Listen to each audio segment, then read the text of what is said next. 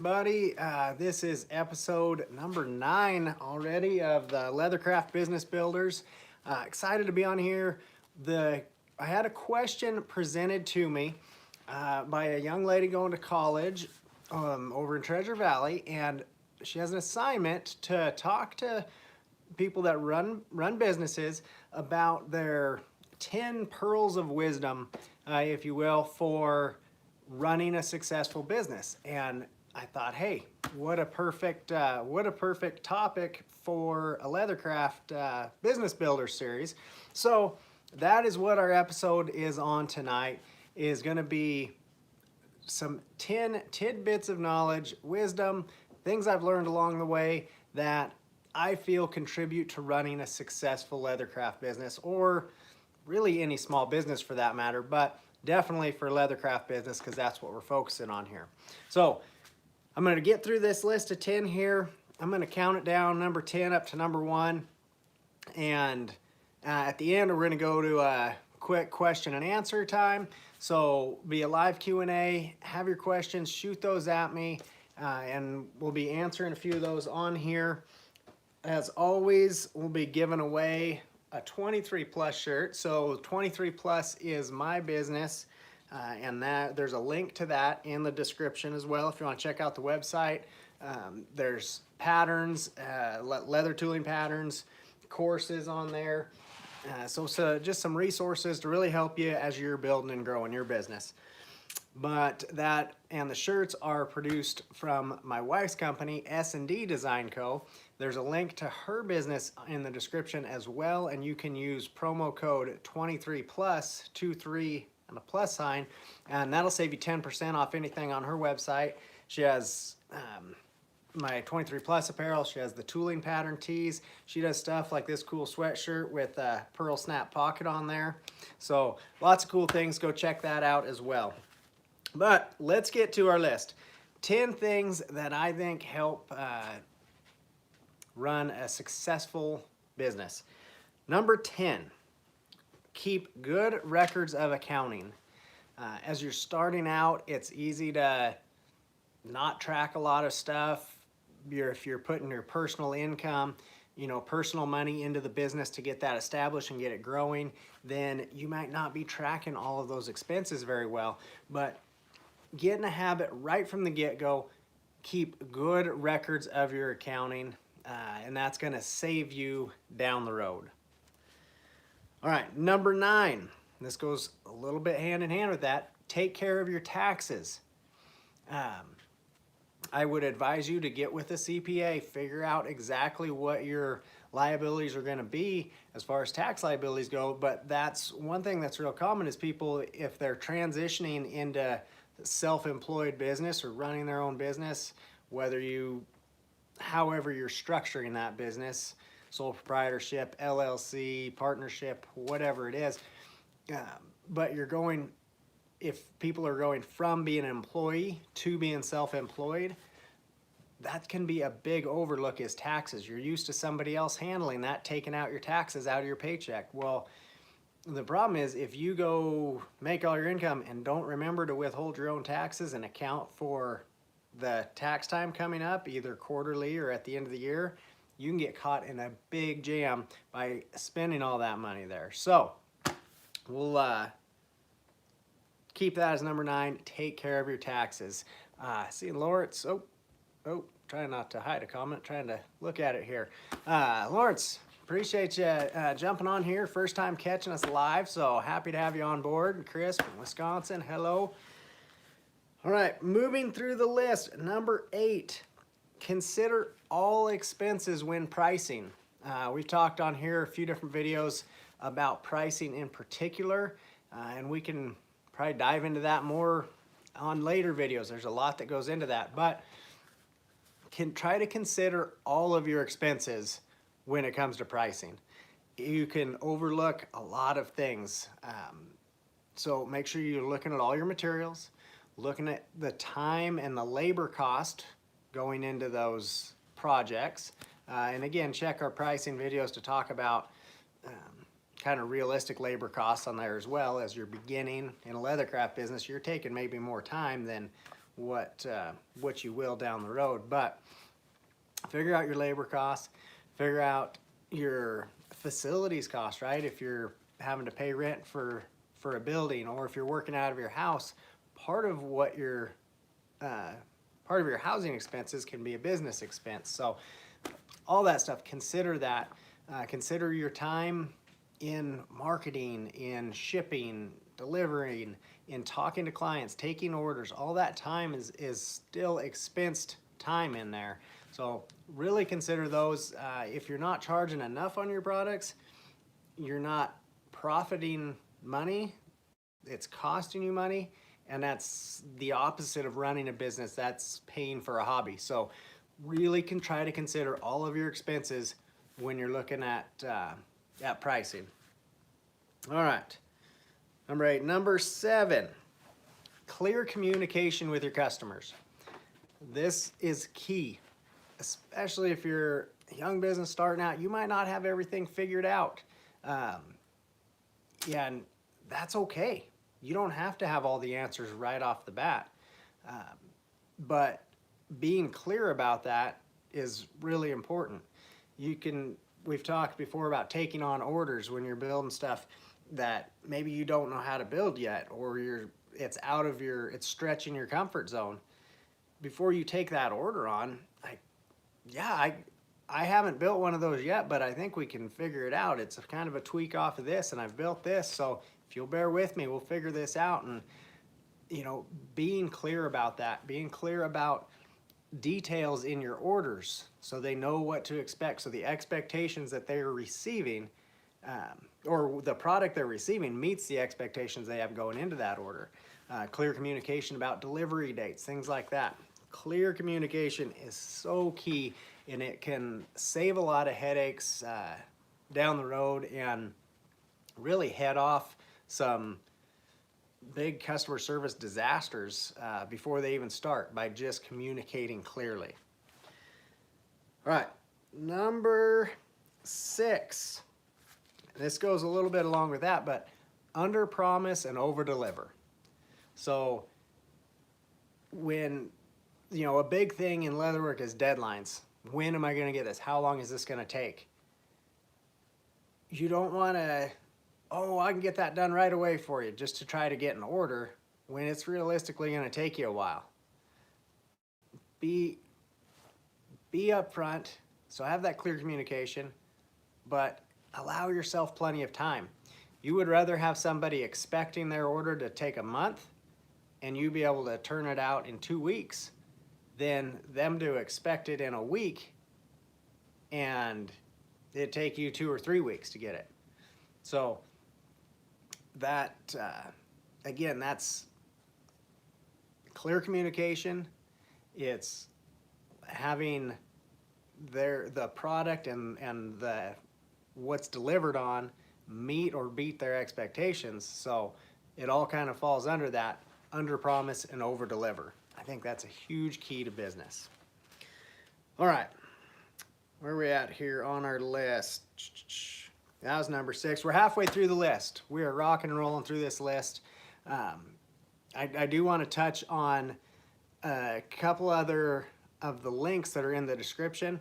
I told you about the 23 Plus link. That's to my business for patterns and courses. But then the Leather Life classroom, that link there is for the subscription-based classroom, where we work through a new project each month with patterns and videos downloaded. It's a really cool course if you're getting started, needing to branch out your skill set or branch out in your products that you're doing.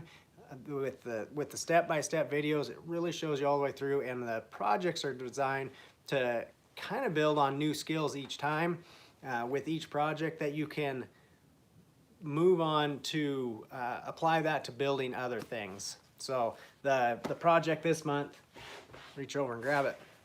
So this little on-the-go pad folio is March's project, and we talk about the three-piece construction on there.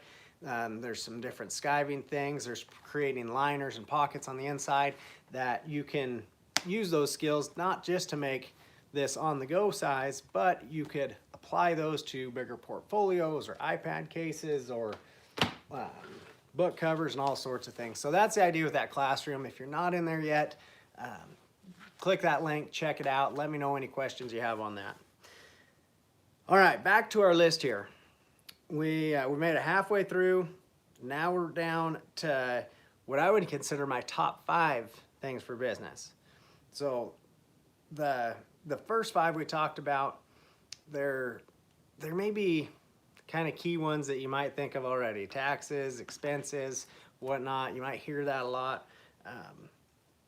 These top 5 might be ones that could be unconventional for a top 10 tips on business list. I don't know, but I feel they're very important, and they're a little more self-directed than looking at your whole business. But when you look at a business, you're the heart of the business, right?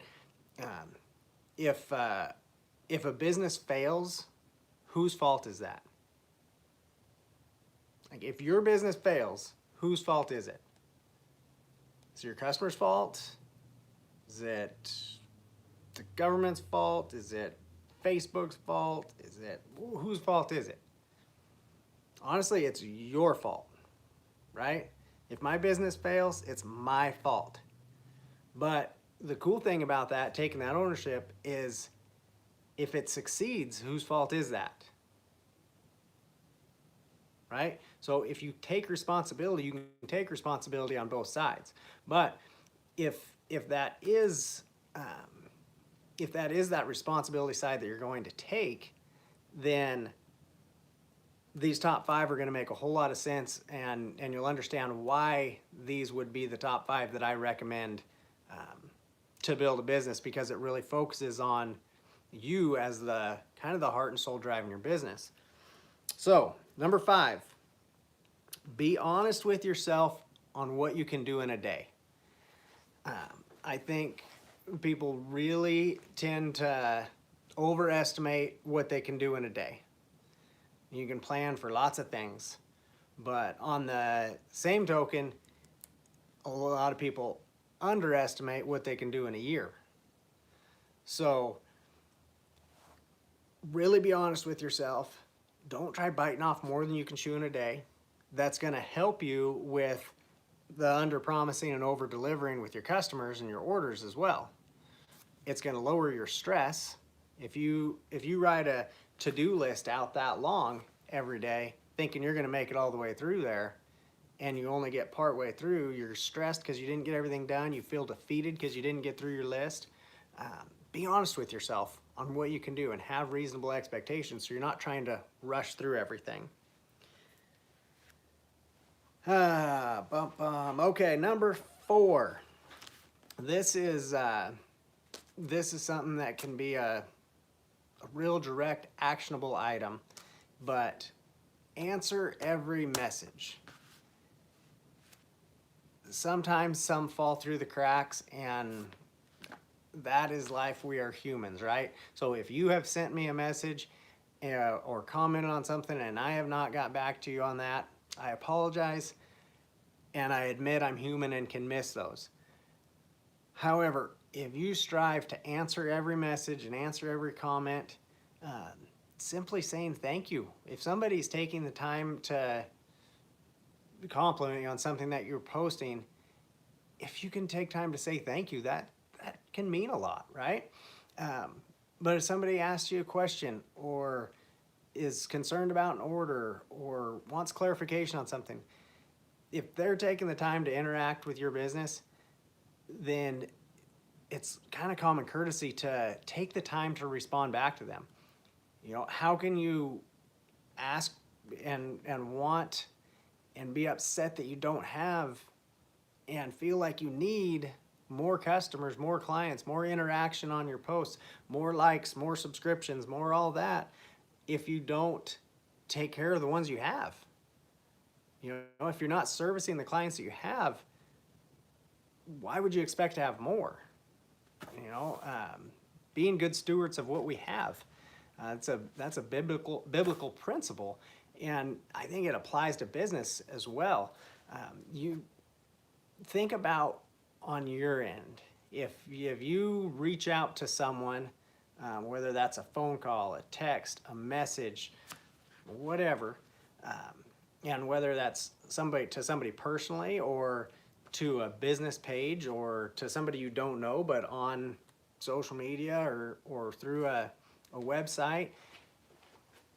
Isn't it nice to get a response back and to get one in as timely a manner as possible? And I understand that can't always happen with every message and every email and text or whatever that comes in, but do your best to answer everyone you possibly can in as timely a manner as you can. And that's going to help grow your business, because simply treating people how we want to be treated, it sounds very elementary, but it's real. Like, it's simplistic, I know, but it doesn't have to be complicated to be right. And a lot of times we can look at, the fine nuances. Well, what is there a certain filter I need to use on my pictures when I post them and try to really get all these details? Like, no, you need to answer the 10 people that commented on the last one. And so sometimes it's very simple. It doesn't have to be complicated, but just being diligent enough to do that and treating people the best we can and taking the time to answer those questions, I think can go miles in your business. Okay, I got to get back to my list before I get on too big of a tangent, because I'll just run off every now and then. That's why I had to get my list so I can stick to it here. All right, number 3, continue to reevaluate and set new goals. So when you start your business, you might have some great goals in mind. You may even go as far to write those down like you really should. Again, I'm not going to get on my tangent of goal setting or anything like that, but take time to reevaluate those. As you're setting goals and you're going after them, sometimes you're going to hit them, and sometimes you might not, and that's fine. But you got to be constantly reevaluating. Where are you at? Am I hitting these goals? Are you hitting a goal within a certain time limit that you have set for that goal? Is it taking you longer? Is it way too short? Well, hey, I can push myself a little bit more with these goals. Are those goals leading me in the direction I want to go? By setting those goals and reevaluating and setting those up, that's heading you in the direction where you want to head. If not, if you're just wandering aimlessly, you might have had some goals when you started your business, but then it just turns into getting through the day, just going through the motions of the day. That's a factory job, just going through the motions of the day, same stuff every day, over and over. And that's fine if that's where you want to be at, but if you're wanting to grow a business, then you need to have some direction for that. Your success isn't going to just come up and meet you and knock on the door. You're going to have to pursue it, right? Because I don't believe, this is another tangent, I can go way off on this, so I'm going to hold back so we have time for Q&A, but I don't believe that success is a destination. I believe success is progress on the journey towards those goals. So you have to keep setting those out in the direction that you want to head. And again, that's a way deeper, longer video that I can get into, so I'm going to hold off on that. But number 3, continue to reevaluate and set new goals. That's going to be a big tip. Okay, down to the last two. Before I hit on these, I want to tell you about the last link in the description. There is to Weaver Leather Supply. So Weaver Leather Supply has partnered with me to allow me to pass a discount on to you guys. If you are not to the point where you have your own wholesale account and haven't grown that business where you can have the big business discounts and whatnot, go to Weaver Leather Supply, use promo code JOE10, JOE10, and you should click, if you click on the link in the description, I believe that may autofill that for you, but make sure that you use that code, and that'll save you 10% off everything. Now, if you already have your business grown and you have resale accounts with them and all that, then you're already getting your discount, and that's so don't disregard that. But if you haven't got there yet and you're still working to build that business and establish it, you can use that code, and that saves you a little bit of money and helps that bottom line just to help increase profits as you're getting going with your business. So down to the last two. Let's get back to this list. I started to see some comments or questions popping in, so I want to get over to the question and answer here really quick so I can get this S&D shirt given away, and we're gonna have some fun. I love the Q&A portion of it. All right, number 2. Push yourself to learn more skills. There's so many more skills to learn, and I've hit stagnant spots too where I get stuck in that rut, like we were just talking about, just getting through the day, getting through the motions, getting through another order, pushing through another day. What do I have to do today? But push yourself to build and learn new skills. And I'm not talking about just your leather skills, right? Or whatever business. I know we have some people watching these, following this business series that aren't necessarily leather crafters, but a lot of this stuff is going to apply to your other businesses as well. But learn more skills, and that's not limited just to your craft, right? It can sure be encompassing of that. Like, you want to be constantly improving your skills, and that's going to improve your products and keep things moving. But the skills I'm talking about too are maybe marketing, whether that's in person, digital marketing, photography can be a skill you need to learn, figuring out different lighting, things like that. Sales techniques, talking to people, so many skills, accounting, tax, bookkeeping. There are so many unlimited skills that you can learn, and just take a little bit of time and try to learn a new skill and perfect some of the skills that you know. Learning different features on different apps, learning different features on social media. I mean, social media is huge. There's so many people that are using social media either to work on and promote your business, sell products, or network with other makers and other businesses. So figuring out different groups and how those groups work and different rules to those. And if you're posting and using it for advertising, there's so many features to all the different social media platforms, and you can take a lot of time just researching and developing your skills within those platforms to help you utilize that platform better and get the most out of it. Talking about going and setting up at a show and selling with a booth somewhere, there are skills to that. There's designing your booth, appealing to the public. Somebody's walking by, what's that look like? How's that display look? How are your in-person sales? What are your communication skills like? So many skills. So constantly push to build new skills. And if you're the heart of your business, and you're pushing yourself to build new skills and grow, I mean, what happens when the heart grows? The whole body grows, right? You can feed the body better. If you're not growing and you're the heart, that business can't grow any further than the blood pumping out of that heart, right? So you have to strengthen the heart of that business, and that's you. You are the one running the business. You need to strengthen that by growing your skills and growing what you're doing. And then in turn, that can feed a larger business. All right, number 1. My number 1 tip to running a successful business. Here's a big one, okay? If you've been following along with me, you could almost guess it, I bet. You might have to think about it. I don't know. Wonder if you can guess it. I'm going to give it just a second. I know there's a kind of a little delay of when you put the comment in, when it shows up. But I'm going to give you just a second to think about it. See if you can think of what I think the number 1 thing is. My number 1 tip to running a successful business. Okay, here it is. Know your why. Know why you want to be in business. Know why you want to do what you're doing. Know what you're doing with your business.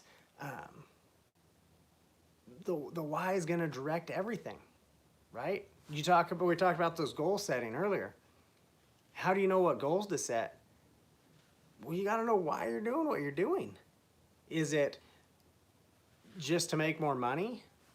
Is it to make as much money with as little time commitment? Is it to make the most elite product and reach a certain elite clientele? Why? Why are you doing what you're doing? Are you doing it because you want to free your schedule to spend more time with your family? Is it because you don't want to be limited to just 9 to 5 and can only work so much? You want to just dive in and be in your business all the time and have no ends to how much you can build with that? I don't know what that is. I don't know why you're in business. I don't know why you want to take on all of the commitment and the struggles and the dedication that it takes to run your own business. I don't know why, but you better know why. Because there is struggles. It's not easy every day. There's a lot of days it just sucks sometimes. Like some of the situations you get in, a lot of it is self-imposed because you didn't build the right skills in time. You weren't honest with yourself about what you could get done. You overpromised, so now you got to make sure you deliver. There's days that things happen when something breaks or a customer has a problem. You can't pass the buck on anybody, right? It's to you. And there's days that's tough. But if you know why you're doing it, that can push you through. That's going to push you through. If you don't know why you're doing it and you don't have a passion behind that, you're going to struggle. The percentages of businesses that fail within the first 5 years is unbelievable. I'd love to quote you exactly what it is, but I don't have the numbers in front of me. But I know I was astonished when I saw the numbers. So the fact that you want to trudge on and build your business is amazing. But know why and find your passion in that why. If you can find that passion in your why, man, there's endless opportunities, right? But if you don't know why and you don't find that passion, it can be a real struggle. So if you're taking the time to watch a video like this, and we're 28 minutes into this, and you've made it this far in here, I know I'm not all that entertaining. So you're not here just for the pure entertainment. You're here because you have a drive to build something. You have some fire in you to build your business and to grow and make that happen. So really sit with yourself and figure out what that is and define that passion and that drive that you have, so you have that to lean on those tough days. But anyhow, there it is. There is my top 10. It's time to get into Q&A, my favorite part of the series. So again, I try to be mindful of time frame on these. I know you guys got busy things to do too, right? Life is busy. So I don't want to stay on here for ever and ever. I know I could ramble for hours probably, especially if I got off on these tangents. But I'd love to answer your questions. Shoot them at me. And I will try to get to as many as I can within our time limit here. And I'd love to give out one of these 23 plus t-shirts to one of you guys tonight.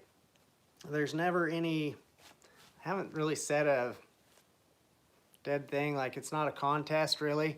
It's just something that strikes me, somebody that's engaging with questions, questions that maybe spur idea, ones that are thought-provoking for me, catch me off guard, or a question that inspires a new video idea.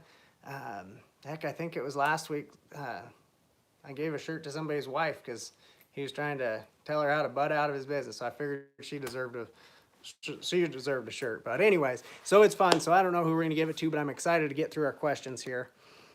Well, I'm going to scroll back a little bit just to see if what we've missed here.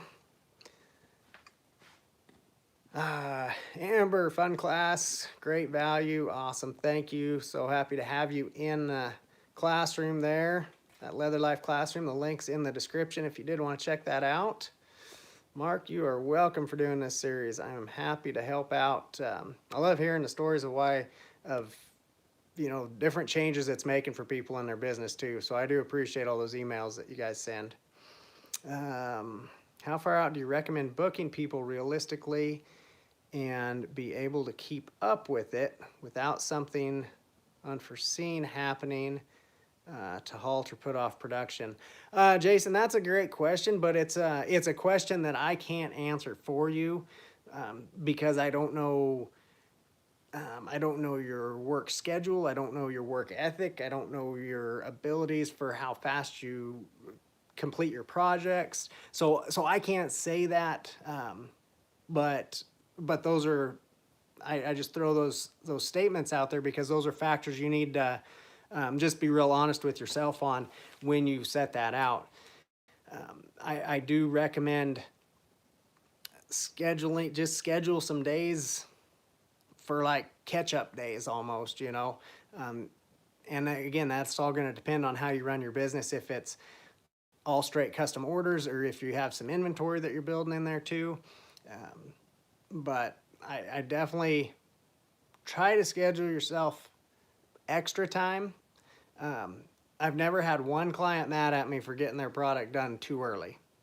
So that's where that under promise, over deliver really comes in there. So make sure you give yourself plenty of time, but I can't tell you exactly how much time that is. Amber, can you show a close-up of your thumbprint stamp, even on Instagram? My Jippo model has an edge and it doesn't run like I think it does. Thanks. Yeah, heck, I'll show you right now. It's my tool block's sitting right behind the camera here. See if it'll focus on it.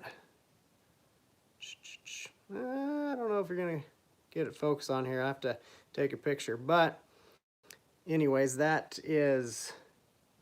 it's not gonna focus. I think you're out of luck.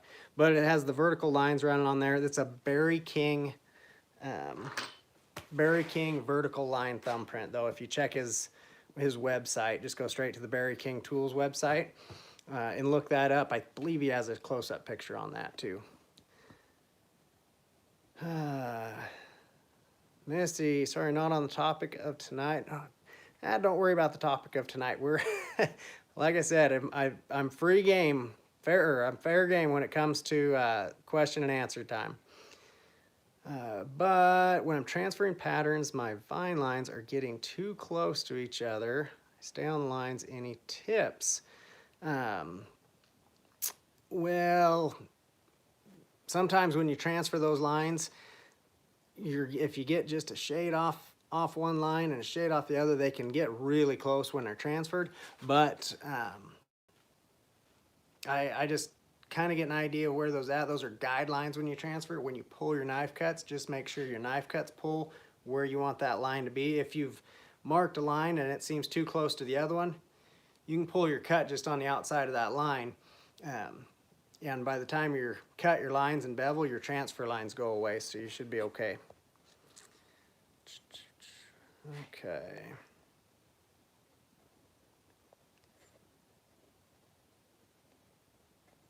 Oh, Terry, you're welcome for the information.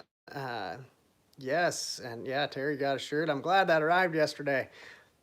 I wondered, I didn't know how long that was going to take, but made it to Australia, so great. Glad that made it there. Appreciate you taking time to hang out and watch.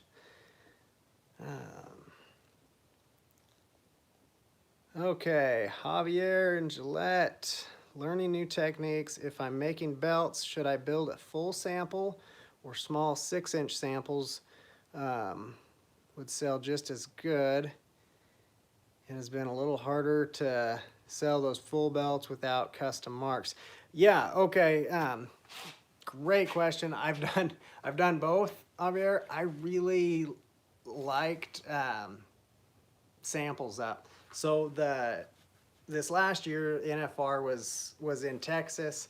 I did not go down for that. The year before, when it was in Vegas, we were there. We'd been there for the last few years, but when I went down the last time I went down to Vegas, I decided instead of just having all full belts, I was planning towards taking custom orders, and so I did up a bunch of samples. They were, they're 10 inches or so long, and it was great. I finished them out as far as lined them, sewed them, edged them, all that, but it was just samples to show tooling styles. They showed different dye colors, paint colors, all that. So good. It gives people a visual and an idea. And then also you'd want to have, a couple full belts so they can see the full belt as well. But yeah, you don't need a whole line of belts sitting there. Having those small samples worked amazing. And then you always have that sample as well. You don't sell your sample and then get stuck without a sample. One thing I would recommend if you're taking orders in person is a fitter set of belts. I have a fitter model set, so I've taken leather, I've made full run of sizes that somebody can throw their buckle on and try it. So I know this is a 34 belt in my measuring. This is what I'm gonna build a 34 belt like. Put your buckle on, try that on, let's make sure we get the fit right. So hopefully that helps you. Oops. What should a goal be for completing something like a belt with a basic repeating floral pattern? Curious if I'm making fair hours. That depends on the belt, they can depend on the pattern, how intricate the pattern is, how long your belt is, how long you've been tooling for. I remember it used to take me a couple solid days of tooling to get a belt tooled up. Now it could take anywhere from 2 to 6 hours, depending on how intricate the pattern is, I guess. But when I sit down and tool, I keep tools going. I try to be as efficient as possible with a lot of different things. So I wouldn't necessarily say to try to hold yourself right to those timelines, but it just depends. Honestly, there's a lot of factors that go into that, but that's kind of where I'm at on just the tooling portion of that.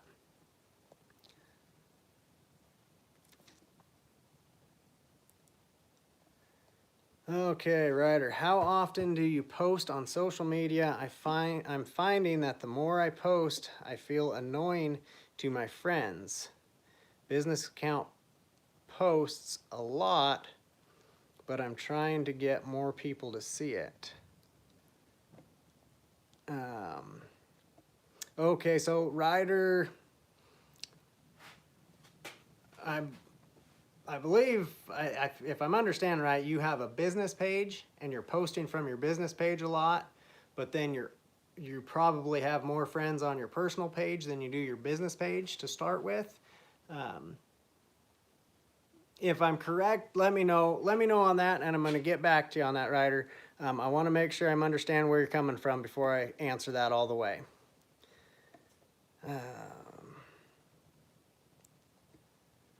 Okay, Birds, what was the time frame from when you started the hobby to starting the business? So I started tooling, like really kind of dug into what I was doing in 2005.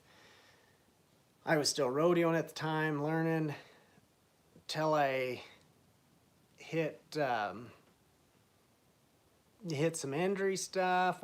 When I laid off on my knee surgery, let's see, it'd been 2009. I had my knee operated on, and when I was down on that, I really started trying to make a business. I set up a shop at the house, and I wasn't making a business then, but I was trying to sell more leather work. Let me say that. And then from there, got healed up and was still rodeoing a little bit, and I was just trying to sell some leather work. But then in 2013, that's when I started 23 plus, and it was that kind of a make or break. Like, I am going to make a successful business out of this. And that's when I really pushed on creating a successful business, not just selling leather work, you know, as kind of more of a side thing. So, okay, where are we at? Spencer, I'm thinking about getting into leatherworking. What are the absolute must-have tools to have for making things like belts, wallets, hat bands, etc.? Okay, Spencer, that is a great deal. I wish I had a list of this started, actually, because I'm working on some supply stuff. But as far as the tooling tools that you would need, I would recommend that you check out on my website. So if you click the 23 plus link, there's an article on there, or a blog post that I wrote that's simplifying your starter tools, simplifying what tools to start with. And that's going to have a lot of information about the tooling tools as far as the designs and intricate stuff you're doing there. As far as creating, like building the products, you would need some sort of a cut surface. I started with a cutting board, like a kitchen cutting board, and I kept moving that underneath the hide. You need a knife of some sort to cut your leather. Box knife, you probably got one of those hanging around. You would need a hammer, maybe to set some rivets, a hole punch, maybe some buck stitch, you know, some lace, so you can buck stitch some stuff together. It depends on how you want to put something together, but a hard work surface is good. I got a little slab of marble there, but depending on exactly what you want to build can really vary on that. And if you just start with little projects and begin building, you'll slowly add tools, because you'll get into a project and you'll think, oh, I find out I need one more tool for that. So you'll get one more tool, and now you have the ability to make even more projects with that. So, yeah, I know that's not a super specific answer, but when you're talking about bare necessities, I mean, it just depends on how bare bone necessity you want to be, you know, how simplified the project can be, as to how many tools you need. You can build very simple projects with very little tools, but you can also get more tools and get really intricate with stuff too. So, all right, where we get here? Okay, a little off topic. If you have already talked about this, please ignore it. But could you please talk a little bit about the tooling contest that's coming up? Oh, Chris, I haven't talked about that on here at all tonight, but there is a tooling contest. The Pendleton Cattle Barons is putting on a tooling contest. I'm on the board this year. They brought me on the board to run the tooling portion of that.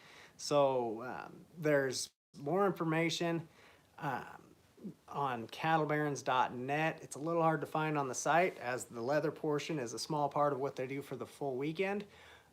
However, on my Facebook page, I just posted a link to that with more information on there as well. So the Facebook page is 23 plus 23 PLUS, and look that up. You'll see. I think my profile picture on there is the 23 plus logo. That's on the shirt. So I posted on that, and I'll get you some more information on there as far as the details. But there's a novice division as well as an open division. Both of them are tooling a 5x7 piece of leather. The difference being the pattern. The novice division, the pattern is supplied. You get a line art pattern with the pattern to tool for the novice. The open division, you draw your own artwork for that pattern. So, and it's all just judged on tooling fundamentals. It pays back the entry fee. 30% of the entry fee is held back for the scholarship fund. That's what the whole event is, to raise scholarships for kids around the Northwest that are going to college majoring in agriculture majors. But then 70% is paid back in a jackpot format. So, hey, you could win some money at it too. But fun contest anyways, and you get judges' feedback on there. Okay. Okay, for starting out doing non-custom items, would you recommend building up some inventory prior to posting the items for sale? What would you say is a good amount of inventory to start? I don't know that you would, I wouldn't necessarily go and build up a ton of items. Like, I don't know, I'm just, and this might not be exactly what you mean, but I'm gonna use this for example. This is the class project for March for the classroom. If you wanted to, if you jumped in the classroom and you built this project and you said, I wanted to post this for sale. So if it was me in your shoes doing that, I would build the one, I'd take awesome pictures of it, I would post that one and say, this is an item that I sell. This is available. And if you're talking about not custom orders, like you want to just say, hey, I sell these for X amount of dollars, this is what I sell, then you could just post it as, this is what I sell. And then as people say, hey, I want to get one of those. Cool, I'm just out. I can get you the next one on the books here. Let me get your order wrote up, just so you don't feel like you have to be extended out and have a bunch of inventory on hand, because that's just more leather and more time and stuff when you're sitting on that inventory. So you could sure do up a bunch, especially if you were going to go to a show or something. But if you're just talking about trying to post them and sell them, heck, you could just do them one at a time even. Just build one, post it, see if it sells. If it sells, build another one, post it. So you wouldn't have to have a bunch of them up. Which, by the way, if any of you guys that are in the classroom and you're doing projects like this or the last project that we did in there, I think it's sitting right over here. There we go. Like this clutch wallet there. Like these, they're great items to sell, right? Feel free, please, build them, post them, sell them, make a ton of money. That's any patterns that you buy from me like that, or any of the ones off the website. I don't want them resold in pattern form, meaning I don't want you to go buy the Bull Rider specialty pattern and then tell all your leatherworking buddies, hey, I'll sell you this pattern for so much. Like, don't do that, but that's just integrity, right? But no, tool it up, sell your products and make money. That's what I want to help you, and you make money off that stuff. So anyways, that's a side note off the inventory thing, but great question though. Where do we go? Okay, Ryder, okay, I was hoping you'd get back to me. I'll post on my business account with every project I finish, but with my personal, I'm posting almost everything. Oops. And I just don't want to annoy people, just trying to see how often you're posting. My business page, I post all the time. My personal page, I really don't. I hear this last couple weeks, somebody tagged me in like this artist challenge just to post pictures of your work. But usually I'm honestly hardly ever on my personal page. I don't really consume a lot on Facebook or Instagram. I'm really just posting. My time on there is really spent answering comments and questions and replying to messages. So I'm not scrolling through a whole lot. So I'm not posting family pictures and what I'm eating for lunch and all that stuff. Like, I don't know. I'm not on my personal one that much. And my personal opinion of it as well. If you're building your business page, you can share that to your personal and try to cross promote there and build out to a bigger audience. There's definitely lots of different strategies, and heck, we might go on a full episode on social media strategies. But this is entirely my personal opinion here. If somebody's annoyed by what you're posting, they can unfriend you or not look at it or whatever. Like, who cares, right? My thought is you're probably building items, posting them for sale, trying to sell to make money, to build a business, to provide for you and or your family. So somebody being annoyed, unless they want to go buy cereal for the kids to have you not post, then they can just scroll on past if they don't like it. Like, who cares? It's with all of the garbage out on social media, if your cool artwork is annoying them, then they got bigger problems, and I really feel bad for them. But there's also strategy in how you post and what you're posting too. If every post is buy my stuff, buy my stuff, buy my stuff, buy my stuff, buy my stuff, that can get a little old for sure. But if you're just posting cool pictures about what you made, or hey, finish this one up, I'm excited, or this is available, this is a work in progress.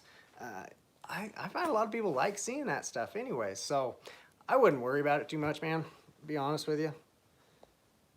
You're never going to make everybody happy with anything that you do, and I surely wouldn't want to be trying to make somebody happy with what you're posting on your personal Facebook page.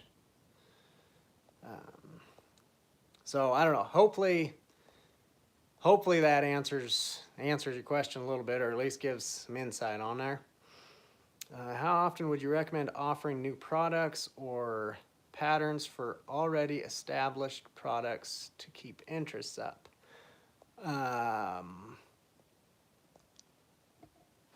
Let's see. How often would you recommend offering new products or patterns for already established products to keep interest up? That depends on maybe how big your following is. If you're still in the growing period there, Jason, you're probably not going to overdo it. I mean, if you're putting out a few new products every month, you're probably not overdoing it. And honestly too, and this goes a little bit back to your question on the social media posts. When you post something out there, not every one of your friends sees every one of your posts either. That's not how all the algorithms and stuff work. So everybody's not seeing everything. The people that are seeing your stuff are the people that are engaging with your posts, and the people that kind of want to see it, or Facebook thinks they want to see it, but if they're not engaging with it, they're going to quit showing it to them. So that kind of goes hand in hand. But the first, as far as how many new products to sell, as you're building, I don't think you're going to overdo it.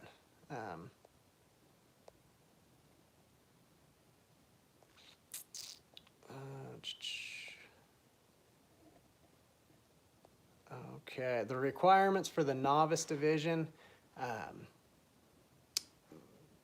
There's not a dead set, like you've only been tooling this long or anything like that.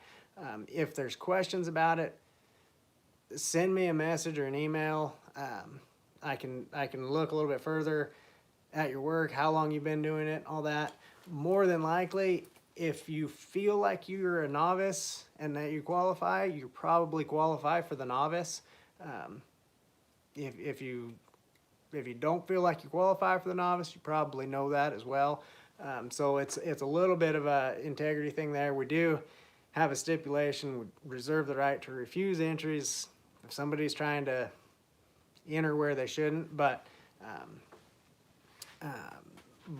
like I said, shoot me messages and I can check anybody out individually. Happy to take a look at that. But if you feel like you're probably a novice, you're probably okay to do that, is what I've found so far from people when I've been what I've been checking out. Oh, you're welcome for the series. Aaron answered your question. Awesome. Oh my gosh, I can't even say your name, but greetings from Russia. Outstanding. I cannot even begin to read that, but thank you for joining. I love seeing that. Russia, you might be the first hello from Russia that I've seen on here, so awesome. Appreciate having you on board. Oh.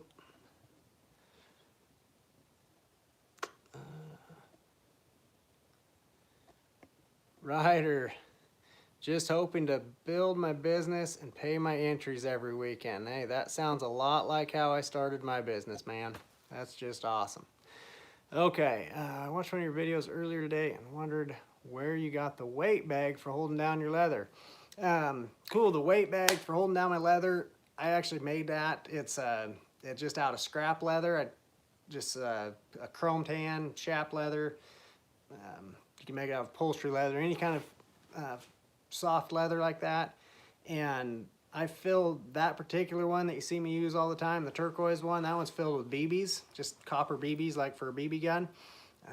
If you find lead shot, that works really good. It's even heavier, but those BBs work great. And I'll do a video I just need to go get some BBs, and I'll do a video on making one of those and post it up here. But yeah, real simple. I had somebody the other day say they took ankle weights and cut the Velcro off, and that's what they were using. So that would work good too. But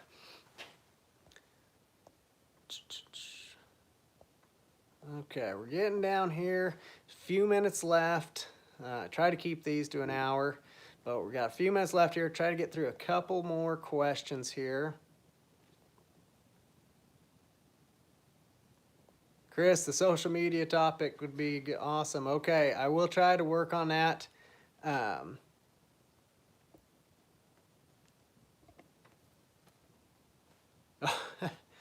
From Russia, they're Nick is nothing special. Okay, well, yeah, whatever language there, I can't read that, but Nick, I got it. Nick, awesome. Thank you. Thanks for hanging out here. Okay, which website builder do you recommend to open a business? I use Shopify. I really like Shopify as far as a commerce site. That's who my website is set up through, and they've been great as far as it's easy, step by step. The template's all there, right? You kind of plug in your information. There's lots of different add-on things you can do. It's capable of so much more than I am actually utilizing on there, but it seems to have been a great platform for me. Costs a little bit of money, but if you're planning on selling stuff and needing that presence, then for me it's been worth it, and I really enjoyed it. I know it might not be the most cost effective for some businesses, but it's been worth it for me, and I really like Shopify. I know you can build a website like through Square. There's, I think Weebly is another one. I don't have experience with that, but yeah, there's some different ways that kind of build your own pretty easy, or you can pay somebody to have them design one for you. But Shopify is what I use for a payment platform, and that works really well for like a click and buy type option. And then that takes care of my website and payment, all that stuff kind of integrates in there. So that's what I've used. Okay. Tracy, you're welcome. Connie, do you use a light box or something like that to photograph your work? I don't have a light box I use. I think it would be great. I've seen people take pictures in like the full light box that they've built. And that's Mark Valencio. I can't remember exactly how to say his last name, but Longhorn, is it Longhorn Leather? Gosh, now I'm double checking. He takes amazing pictures, and he showed me pictures of his light box he made with like PVC pipe and draped the kind of the photography cloth or the white sheets there behind it, and some shop lights. I mean, he created his own, and it does a great job. I don't have a big photo box that I've set up. I got some lights that I have used for videos. This one's actually not even on. I didn't turn this on in time of night, but this is a big kind of a light. I got a couple of these that I'll use now, and they you know, get the best light you can. The other light that works great is sunlight. So if you can set up where you're taking your pictures close to a window, that you're getting that nice sunlight in there, that really is almost the best lighting as well, for low budget. But you can get super complicated with lots of the different lighting options in there, but good lighting is super important for pictures. All right, I think we made it through. I don't know if I have, I'm hoping I didn't miss any questions. I'm kind of scrolling back up, make sure I didn't get too far off of there.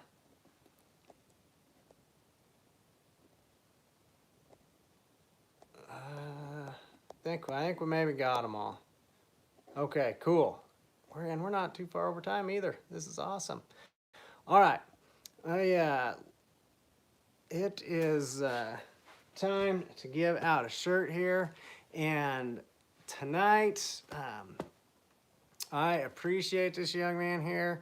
For one, he's worried about being annoying, so I feel like you maybe have a kind heart for other people and not wanting to annoy him too bad. That's awesome, and it sounds like you're wanting to build your business to pay some entry fees. And I don't know, you might not be the stereotypical broke rodeo cowboy, but I have been that guy before, and you know, it may have been a while since you had a nice new t-shirt. So I lived on free t-shirts, man, when I was rodeo. I don't know if I ever bought a t-shirt. You'd get free event shirts, you know, at different rodeos. In the contestant pack sometimes get your some of them bigger rodeos, they give those out. So I loved it, man. But and if not, hit up the Rodeo Clown. What kind of free giveaway shirts they got in their trailer?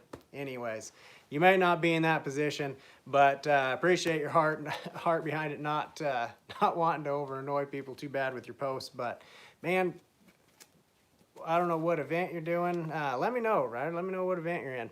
But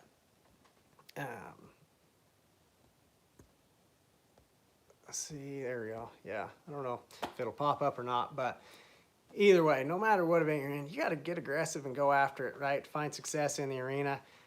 Definitely on the rough stock end, and even riding bulls. There you go, Ryder. So yeah, the same aggression. If you're gonna nod your head and you're gonna get one rode, like when you get to the bottom of the nod, you better get freaking aggressive. You got to get over that front end and get to hustling, right? Square up every jump, make it count. And just as aggressive as you're going to be driving to that front and setting your hips and squaring up, you got to do that with your business. Get aggressive and go after it. Man, you want to be successful at it, you want to push and you want to be 90, put the work in and do it. And don't worry about offending anybody. Like, don't worry about what other people think, right? If you're traveling down the road and you want to get serious about it, when you stop to fuel up and you're outside doing push-ups or jumping jacks next to your car because you got time just enough to fuel up and get down the road, it doesn't matter what anybody standing around thinks. You're putting the work in, getting in better shape, and doing what you can, right? Same thing with your business, man. Put in the same effort. You know, if it takes the effort going in to get the results out. So anyways, appreciate all of you guys jumping on here. Ryder, send me a message on any of the social media sites. 23 plus on Facebook, so 23PLUS. Instagram at 23 plus, all spelled, or 23plus.leatherwork. Or email me, mealingjoe@yahoo.com. But shoot me your shirt size as well as your mailing address and get one of those headed over to you. Any questions you guys have, shoot Okay, you already follow on Instagram. Awesome. I'll look for your message there. But shoot me questions, anything you have, or any thoughts for Business Builder series going forward. Love to get those answered for you. And I appreciate you taking your time with me. Those of you guys in the classroom, remember, hey, the new project is up and rolling. So jump on there, and can't wait to see what you do with that project. If you're not in there but want to get in there, click that link in the description. Get signed up and have access to all those videos and get you going there as well. So thanks a lot, guys. We will see you on the next one.